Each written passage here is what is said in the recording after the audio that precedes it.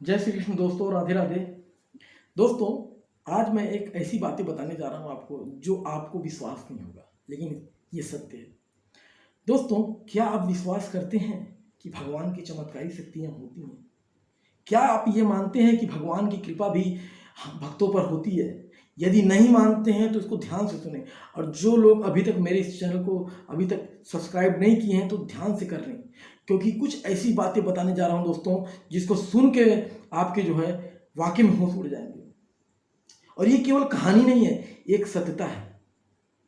आज लोग बागेश्वर बाबा को बहुत मानते हैं। क्या आप जानते हैं कि बागेश्वर बाबा भी हमारे जैसे ही इंसान है, हमारी जैसी सोच है, पर उनको ये शक्ति आई कहां से? तो कुछ ऐसी चीजें बताऊंगा कि भगवान भी देखता है कि किसके ऊपर शक्ति देनी है और किसके ऊपर शक्ति नहीं देनी है।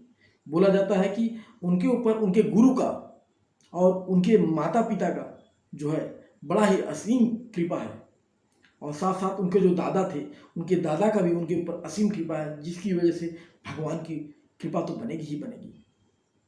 दोस्तों, जो बालाजी भगवान है, बालाजी हनुमान जी हैं, वो एक असीम कृपा बना के रखे हुए हैं बागेश्वर बाबा पे। आज लोग सोचते हैं कि जो बागेश्वर बाबा हैं, क्या उनके ऊपर जो शक्तियां हैं क्या वो सही हैं?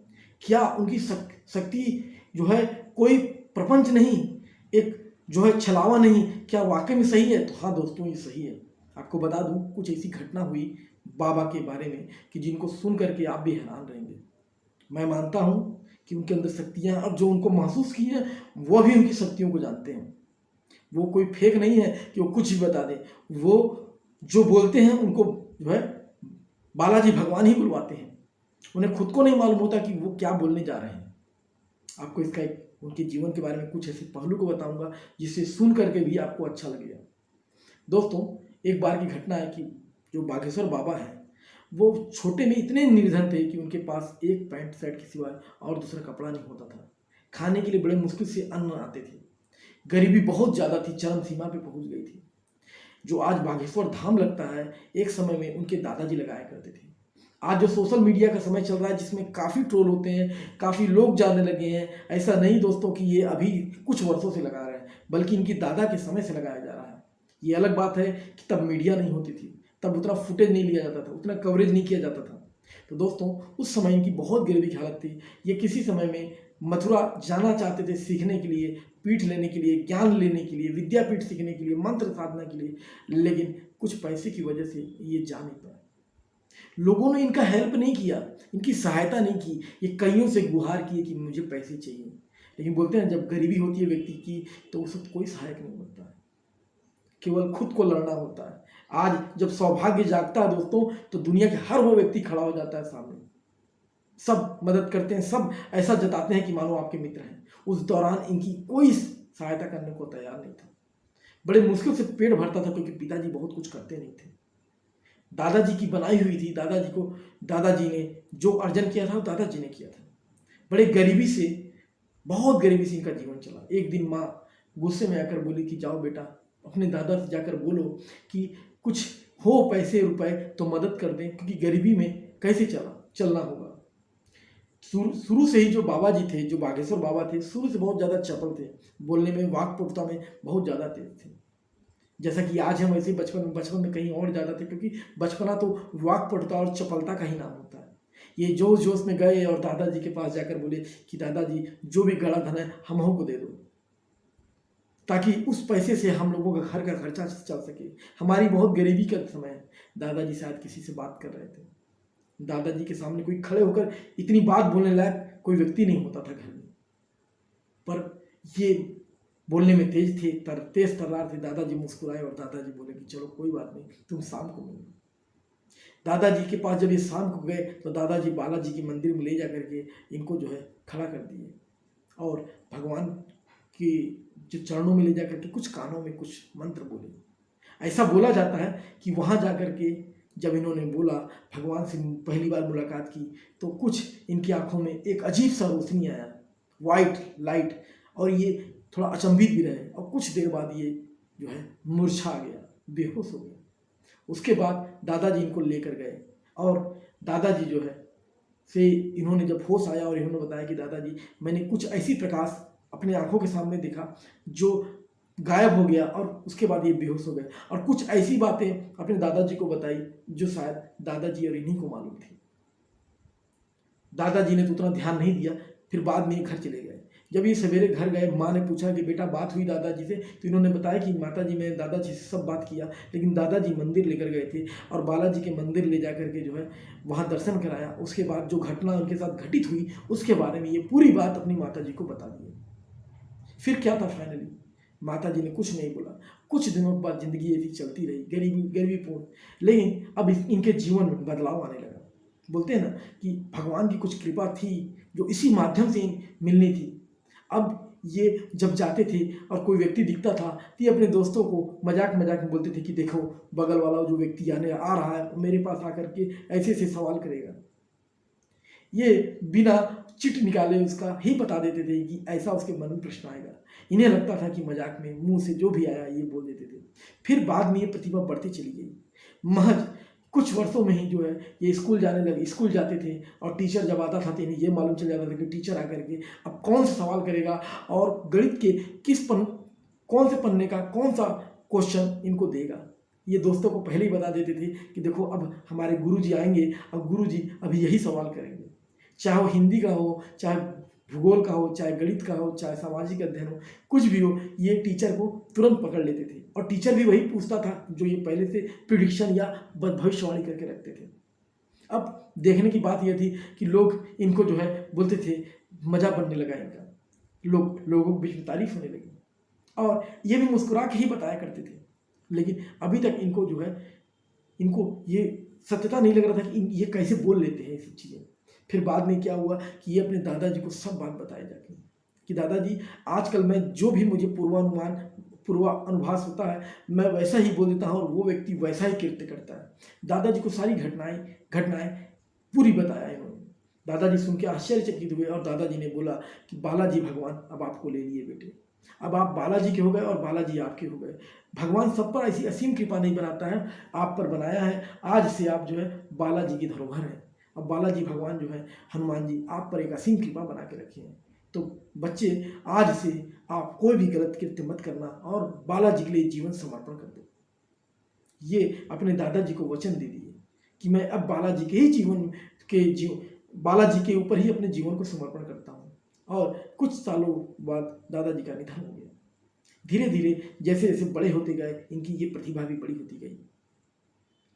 फिर एक दिन की घटना ऐसी है दोस्तों कि आपको बताना चाहूँगा कि एक समय ये ट्रेन से मथुरा जा रहे थे और मथुरा जाते समय उस समय नोकिया का एक छोटा वाला हैंडसेट जो फ़ोन आता था जिसमें कि लोग सांप खेलते हैं, जो सांप गोले खाता है बड़े बड़े, वो गेम खेल रहे थे। और उसी बीच जो है किसी व्यक्ति ने ये पॉकेट में 1300 रुपये और फ़ोन लेके जा रहे थे और इनका कोई पॉकेट मार दिया। वहाँ जब पहुँच गए और जब आने लगे तब इनका पॉकेट मार दिया गया। अब इनके पास ना तो पैसे थे ना तो फ़ोन थे कि किसको बताएं। अब ट्रेन आ चुकी थी, ये सोचे कि मुझे घर तो जाना ही है, तो क्यों ना मैं फर्स्ट एसी में बैठ जाऊँ, क्योंकि टिकट तो है नहीं। जनरल बोगी में बैठूंगा तो भी टीटी पकड़ेगा और फर्स्ट एसी में बैठूंगा तो भी टीटी ही पकड़ेगा। इन्होंने डिसाइड किया कि अब जो होगा वो बालाजी भगवान ही देखेंगे और ये फर्स्ट एसी में बैठ गए। फर्स्ट एसी में जैसे ही बैठे दोस्तों तो केयर टेकर जो होता है, अटेंडर इसको बोलते हैं, अटेंडर ने बोला कि आपकी टिकट कौन सी नंबर है। ये बोले मेरी टिकट जो फर्स्ट एसी में है। और बड़े ही आवाज़पूर्ण और गुर्राते हुए इन्होंने बोला। उसे लगा कि हो सकता है कि ये सही में है, लेकिन ये जब गए तो वहाँ पर सब लोगों के बर्थ कंफर्म थे और लोग सो रहे थे, एक भी सीट नहीं था कि ये बैठ सकें। ये बेचारे जो है जहाँ बाथरूम का जो शीट के अंदर के बीच का जो पोर्च होता है एरिया, वहाँ पर ये बैठ गए। कुछ समय के बाद रात्रि के जब 12-1 बजा तो टीटी आया। गाड़ी तो चल चुकी थी। टीटी ने बोला कि टिकट। इन्होंने बोला टिकट होता तो मैं यहाँ बैठा होता, मैं अपने सीट पे नहीं बैठा होता। तो टीटी ने बोला कि कोई बात नहीं, अगला स्टॉपेज आने वाला है, आप उतर करके जनरल डिब्बे में बैठ जाना। ये बोले कि जनरल डिब्बे में बैठना होता तो फर्स्ट एसी में नहीं बैठता, अब तो हम फर्स्ट एसी में बैठ कर जाएंगे। टीटी को बड़ा गुस्सा आया। टीटी ने बोला कि या तो पैसे निकालो और फाइन होता है, वो फाइन जो है 1100 रुपये कुछ समथिंग बनता है, उसको तुमको देना होगा। इन्होंने बोला कि मेरे पास फाइन के लिए पैसे नहीं है।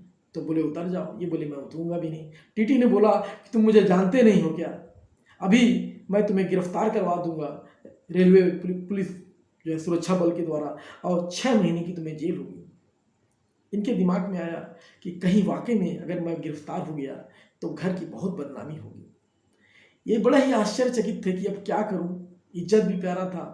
अब ये बालाजी भगवान को सुमिरने लगे कि कुछ रक्षा करो, जो है इज्जत बचा लो। कुछ देर बाद इनके मुंह से कुछ आवाज़ निकला। टीटी बोले कि तुम फलाने नाम के आदमी हो।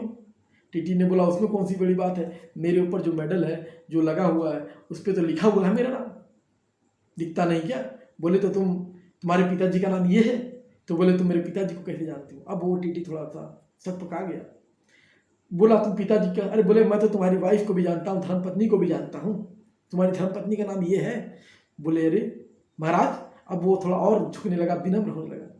और फिर इन्होंने एक और बात बोल डाली कि तुम्हें इतने सालों से शादी हो गया और बच्चा नहीं पैदा होगा। वो रोने लगा टीटी, और इनको जो है अपने सीट पर बैठा लिया।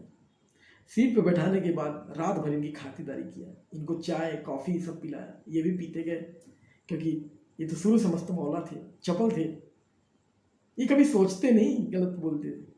ये बोलते नहीं गलत और मुस्कुराते हैं और कुछ भी बोल देते हैं। इनका बेबाक अंदाज ही इनको लोकप्रिय बनाता है। भगवान की इतनी असीम कृपा है, चाहे तो ये शांत हो सकते हैं, लेकिन शांति एक दिखावा हो सकता है। जैसा इनका स्वरूप है उसी अनुसार ही ये लोगों से बात करते हैं। टीटी रात भर जो इनकी सेवा किया, और जब सवेरे हो गया तो इनको वो 1300 या 1400 कुछ समथिंग जो रुपए दे करके इनको आदर सहित जो है विदा किया, और इनका नंबर रखा। बोला कि मेरा आप नंबर ले लीजिए, और इनका अपना नंबर दिया, और बोला मुझे आप ऐसे ही बीच में जो मार्गदर्शन करते रहिएगा। तो दोस्तों कैसा लगा ये बागेश्वर बाबा के बारे में जान करके।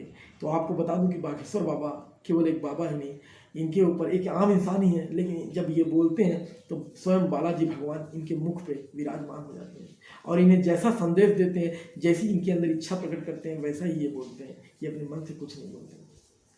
ऐसा नहीं कि मैं इनका भक्त हूँ, अनुयायी हूँ इसलिए बोल रहा हूँ, या मैं हनुमान जी का। मैं ये बताना चाह रहा हूँ कि ये जरूरी नहीं होता कि शक्तियाँ नहीं होती हैं, शक्तियाँ होती हैं, और कई लोगों की शक्ति हैं। अगर ऐसी बात है तो देवराहा बाबा को तो आप जानते होंगे। देवराहा बाबा के बारे में भी ऐसे ही कुछ किस्से बहुत मशहूर है कि वो खाना नहीं खाए और 150 साल के ऊपर तक जीवित रहे। और आपको बता दूं कि लोग तो उनकी आयु भी आंक नहीं पाते हैं। 150 साल तो उन्होंने देखा है, जिन्होंने उसके पहले वो न जाने कितने साल से जीवित हैं वो कोई नहीं जानता था। उन्होंने अपनी जल समाधि जो है खुद की समाधि ली, और समाधि लेने से पहले वो बताए भी थे 1 साल पूर्व कि मैं समाधि लेने जाऊंगा और फला फला दिन समाधि होगा। और समाधि के 1 महीना पहले इन्होंने जल अन्न जल त्याग दिया था। और जब इनकी आत्मा गई शरीर को छोड़ के, तो बोला जाता है कि एक धमाका हुआ धीरे से, छोटा सा, और जो आत्मा एक प्रकाश पुंज की ओर जो झोपड़ी में रहते थे उसको चीरते हुए निकली। ये पानी पे चल जाते थे, ये पानी पे जमीन से 3 फीट ऊपर जो है ये उठ खड़े होते थे, हवा में उड़ जाते थे। ऐसे थे देवराहा बाबा। दोस्तों उन्होंने अपने जीवन में 10 तरीके की सिद्धियों को सिद्ध करके रखा है। और अगला बता दूंगा आपको कि अगर आपको विश्वास नहीं हो तो बाबा नीम करोली के बारे में आप जान लीजिए। बाबा नीम करोली एक ऐसे बाबा है जिनके बारे में बताना, सिर्फ एक छोटी सी बात बताऊंगा कि जो एप्पल कंपनी के जो मालिक थे, जब वो आए बाबा नीम करोली के धाम पे, तो बाबा नीम करोली नहीं थे वहाँ पर। उन्हें बड़ा ही दुख हुआ कि वो जब आए तो 1 साल पहले ही उनका निधन हो चुका था। वो बहुत परेशान थे अपने बिजनेस को लेकर कि कौन सा बिजनेस चालू करूँ। तो रात में वो सोए तो उनको उन्हीं के आश्रम में एक सपना आया कि आप जो है एप्पल, कटा हुआ एप्पल का सपना आया, और अगले ही दिन उनको संदेश आया कि आप इसी को भी बनाइए। और उन्होंने एप्पल कंपनी जो है बनाई, और आज एप्पल कंपनी भारत ही नहीं, विदेशों में ही नहीं, पूरे वर्ल्ड में फेमस है।